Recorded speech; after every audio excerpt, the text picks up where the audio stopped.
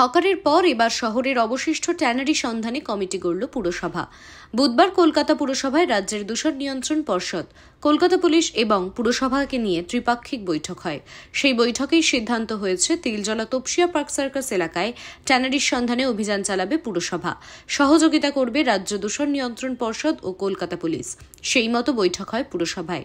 এ নিয়ে মেয়র পরিষদ পরিবেশ বিভাগ স্বপন সমাদ্দার জানান, আজকের মিটিংটা ছিল হলো আপনারা জানেন যে ট্যানারি নিয়ে 1997-এ একটা কেস হয়েছিল এবং ট্যানারিগুলো সম্পূর্ণ সব বানতলায় শিফট করা হয়েছিল।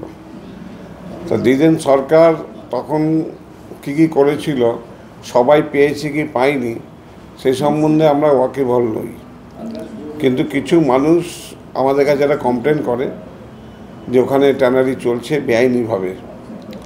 আমরা তখন ইনকোয়ারি করার জন্য চেষ্টা করি এবং তারপরে ওখানে ইনকোয়ারি করতে গিয়ে যেহেতু এটা পলিউশন দপ্তরের আন্ডারে রাজ্য সরকারের, তারা গিয়েছিলেন, আমাদের কাছে কোনো ডকুমেন্টস ছিল না।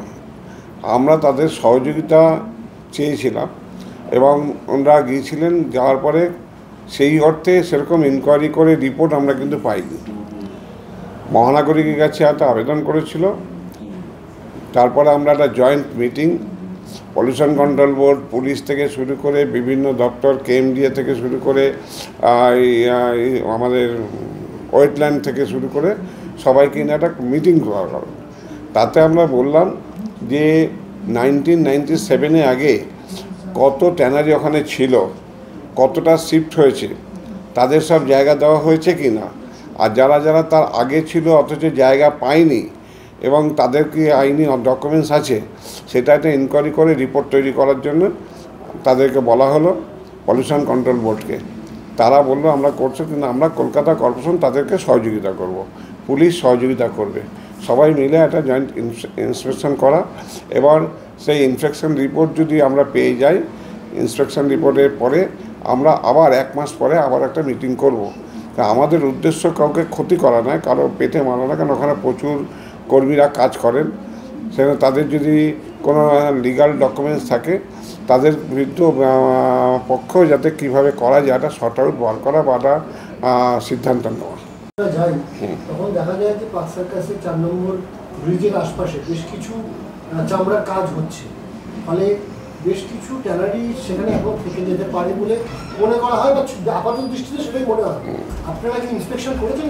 আমরা সেটাই বললাম, যেহেতু কলকাতা কর্পোরেশন ওখানে পার্টি ছিল না, মহানগরীর কাছে কেউ একটা রিটেন কমপ্লেন করে, মানে অভিযোগ করেন, তার ভিত্তিতেই আমি এগোলাম এবং এগিয়ে আমি যা জানলাম, এবং শুধু আমার যেহেতু আমার হাতে কোনো ডকুমেন্টস নেই, আমি পলিউশন কন্ট্রোল বোর্ড থেকে শুরু করে পুলিশ থেকে শুরু করে এবং তদানীন্তন যে ওয়েটল্যান্ড আধিকারিক আছে তাদের সাথে কথা বলে একটা জয়েন্ট মিটিং করালো উচ্চ পর্যায়ে। এই মিটিংয়েই আমরা একটা সিদ্ধান্ত নিলাম যে 1997-এ আগে যে তালিকা আপনাদের কাছে আছে সেই তালিকা অনুযায়ী সবাই পেয়েছে কি পায়নি, 1 নম্বর। দ্বিতীয় কথা, এখন যারা রয়েছে তারা কি সেই তালিকাভুক্ত নাকি নতুন করে কেউ আনঅথরাইজ বসেছে, এটা দ্বিতীয়। তৃতীয় দেখছে ওখানে কত মানুষ কাজ করে, যারা মানে অসংগঠিত শ্রমিক, যারা সত্যিই তাদের রুজি রোজগারের জায়গা, তাদেরকে ওই জায়গায় অন্য কোনো জায়গায় ব্যবস্থা করা যায় কি না সেটাও আমাদের দেখা। আমরা কখনোই কারো পেটে লাথি মারার পক্ষে নই, কিন্তু আমরা চাই পরিবেশের মানে সুস্বাস্থ্যকর পরিবেশ বজায় রেখে মানুষকে ভালো করে রাখা, মানুষের যেন অসুবিধা না হয়।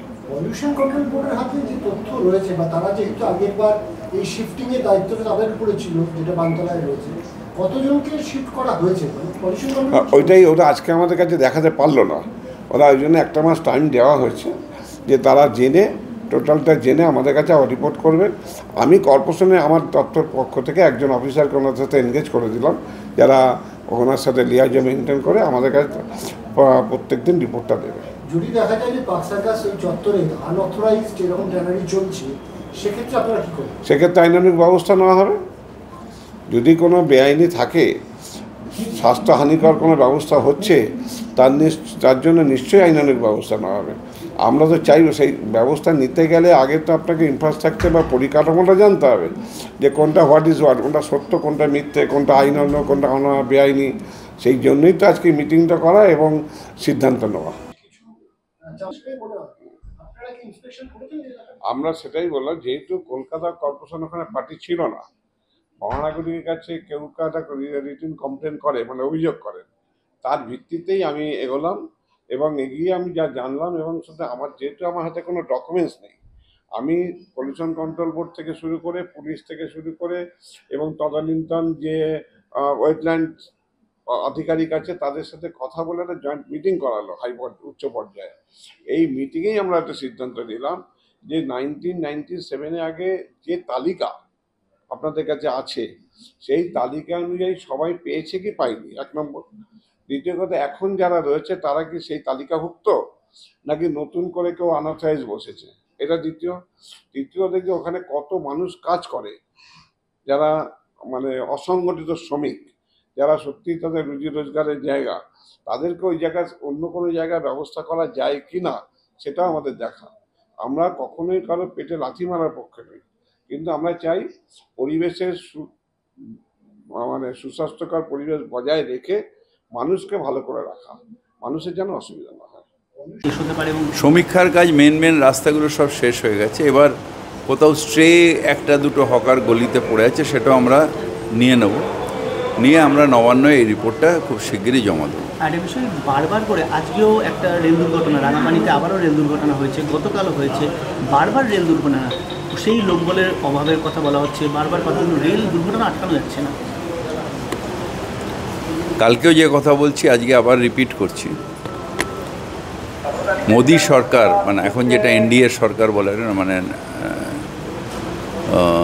কী বলে ওটাকে, নীতিশ আর নাইডু ডিপেন্ডেন্ট অর অ্যালায়েন্স, এরা ছেলে খেলা করছে, ভারতবাসীর জীবন নিয়ে ছেলে খেলা করছে। ঠিক এই অবস্থা আমি দেখেছিলাম এয়ার ইন্ডিয়ার ক্ষেত্রে। আমি নিজে 14 ঘন্টা ওয়েট করেছিলাম এয়ার ইন্ডিয়াতে করে দিল্লির থেকে আসবো, আমি আর আমার তখন মেয়ে খুব ছোটো, ফিরবো। সেই সময় দেখলাম যে 14 ঘন্টা বাদে সেই প্লেনটা ছাড়লো দিল্লি থেকে, সকাল 1টার জায়গায় রাত্রির বেলা প্রায় 2-3টের সময় ছাড়লো। আমি বাচ্চাটাকে নিয়ে একা বসে রইলাম এয়ারপোর্টে। তারপর ন্যাচারালি ভয় আর কোনো দিন এয়ার ইন্ডিয়ার টিকিট কাটিনি যতদিন না গভর্নমেন্টে ছিল। এইগুলো করে এগুলো প্রাইভেটাইজেশনের একটা চক্রান্ত, অর্থাৎ রেল রোজ দুর্ঘটনা হচ্ছে, সরকার সামলাতে পারছে না, এইসব করে সব কটাকে বিক্রি করে দাও, সারা দেশটাকে বিক্রি করে দাও। এই যে লোক নিচ্ছে না, কেন নিচ্ছে না? প্রাইভেটাইজ করে তাদের সুবিধা করার জন্য আজকে লোক নিচ্ছেন, তাদের ঘাড়ে এসে পড়বে। এই পুরোটাই ভারত বেচার যে চক্রান্ত, সেই চক্রান্তর একটা অংশ হচ্ছে রেলের মানুষকে, মানে রেলটাকে নষ্ট করে দেওয়া এবং ভারতবাসীর প্রাণ নিয়ে ছেলে খেলা। আর সেই এক শেষটা চলছে, আজকে বিজেপি দলকে অভিযোগ করা হয়েছে যে এই যে পৌর নিয়োগের যে বিষয়টা হচ্ছে, তাতে ডিএলবি বা পৌর উন্নয়ন দপ্তর প্রতিটা বিষয়ে জানে, তদন্তে এদেরকেও আনা উচিত, এদেরকেও ঘন তথ্য চাওয়া উচিত। বিজেপি তদন্ত করবে না এজেন্সি তদন্ত? কোনটা কে করবে? এজেন্সিকে বিজেপি শিখিয়ে দেবে যে কীভাবে তদন্ত করতে হয়? তার মানে যারা এজেন্সির অফিসার তারা এতই অথর্ব যে তাকে বিজেপিকে ইনস্ট্রাকশন দিতে হবে। আমরা তো পুলিশকে কোনো ইনস্ট্রাকশন দিই না, কারণ তারা এই ব্যাপারে আমাদের থেকে অনেক বেশি জানে। এবার বিজেপির ব্যাপারটা বিজেপি জানে। তদন্ত হবে, কোর্টে প্লেস হবে। বিজেপি কি বললো তার উপর তো তদন্ত হয় না। আপনারা দেখছেন ইউএন লাইভ, বাংলা খবরের শেষ কথা।